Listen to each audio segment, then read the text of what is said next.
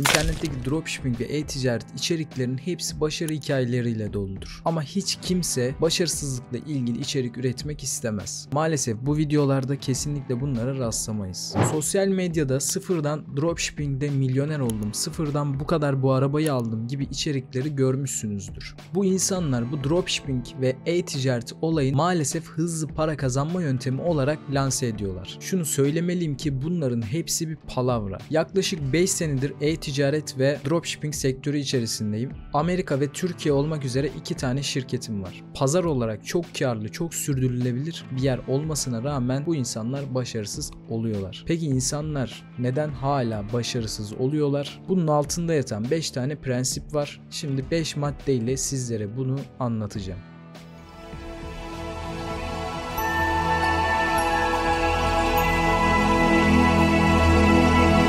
İlk hatamız ve en önemlisi, bazı insanların bunu son kurşun olarak görüp bir koyayım 10 kazanayım tarzında ilerleyip başarısız olmalarıyla sonuçlanıyor. Az önce de söylediğim gibi hızlı para kazanma diye bir şey yok. Sadece başarılı olabilmemiz için sıkı çalışma ve disiplin bizim için çok önemli. Lütfen internette gördüğünüz o 0 lirayla dropshipping'e başlayın tarzı videoları izleyip itibar etmeyin. Şimdi ikinci en büyük hatamız yanlış platform seçimi. Belki bu videoyu da YouTube üzerinden aratarak geldin ve hala sıfırdan başlayarak hangi platformda satış yapacağını bilmiyorsun. Yani bu herhangi bir platform olabilir ama şunu unutmaman lazım ki benim de başta yaptığım en büyük hatalardan bir tanesi bu: yanlış platform seçimi.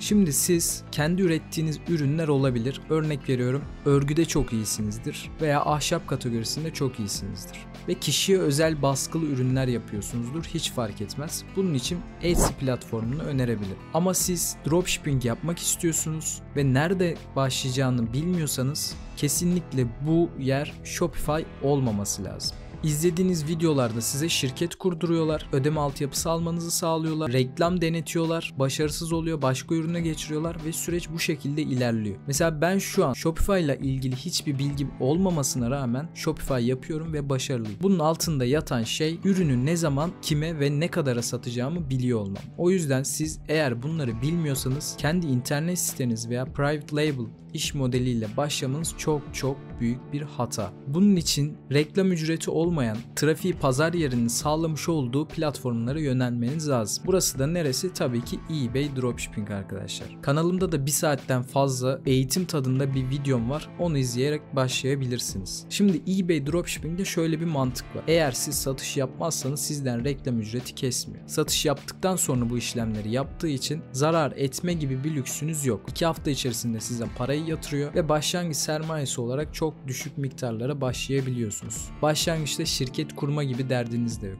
Şimdi biz platformu seçerken o pazar yerinde satacağımız ürünü eğer bilirsek diğer ürünleri de satabiliriz. Yani sizin platformda satış yapmaya başladığınızda, illa bunu eBay üzerinden söylemiyorum, size dışarıdan bir trafik sağladığı için reklam ücretiniz olmuyor ve insanların hangi ürünü ne zaman ve ne sıklıkla aldığını öğrenebiliyorsunuz. Pazar yerinden başlayıp bir sermaye gelir elde edip daha sonra Shopify Dropshipping yapabilirsiniz arkadaşlar. Ve burada edineceğiniz bilgi size reklam ücretlerinde çok kâra sokar. Dediğim gibi ben de eBay ile başladım. Şu an özel günlerde olmak üzere hem Türkiye'den hem Amerika'dan satış yapıyorum. Şimdi 3.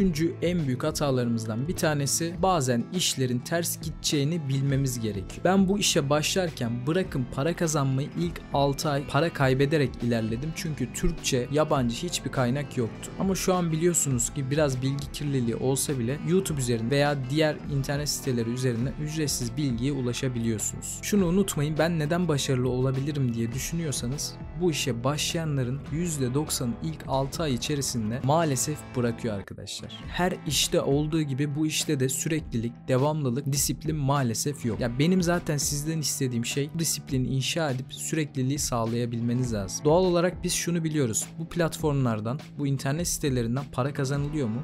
Kazanılıyor. Bizim o zaman engel görsek bile bu işin üzerine gitmemiz lazım ki para kazanabilelim. Bunu bir spor olarak düşünebilirsiniz. Nasıl siz bugün spora başlasanız bile ağırlık kaldırdığınızda hemen gelişim görmüyorsanız, bu dropshipping veya e-ticaret de aynı şey. Hemen sonuç göremediğiniz için lütfen arkadaşlar pes etmeyelim. Sizin o yaşadığınız, sizin o geçtiğiniz yollardan ben de geçtim. Önemli olan engel gördüğümüz zaman her zaman bir B planımızın olması. Şimdi dördüncü hatamız yanlış ürün seçimi. Bana çok soru geliyor. Bir ürün koydum. Bu ürünüm ne görüntülenme aldı ne satış aldı. Bunun nedeni nedir? Az önce söylediğim hatada da bundan bahsetmiştim. Pazar araştırmasını yapamazsanız arkadaşlar satış beklemeniz maalesef mucize olur. Yani sizin bir Amerikalı'nın veya bir İngiliz'in hangi ayda hangi ürünü hangi fiyata satacağınızı ve satın alacaklarını bilmeniz lazım. Örnek veriyorum, şu an ne? Bahar ayındayız. Ve insanlar kışlıklarını atıp baharlık eşyalar istiyor. Bu ne olabilir? Bahar aylarında yağışları fazla olduğunu düşünürsek bir şemsiye olabilir veya sorun çözen yağmurla alakalı ürünler olabilir. Yani sizin buraya yoğunlaşmanız lazım.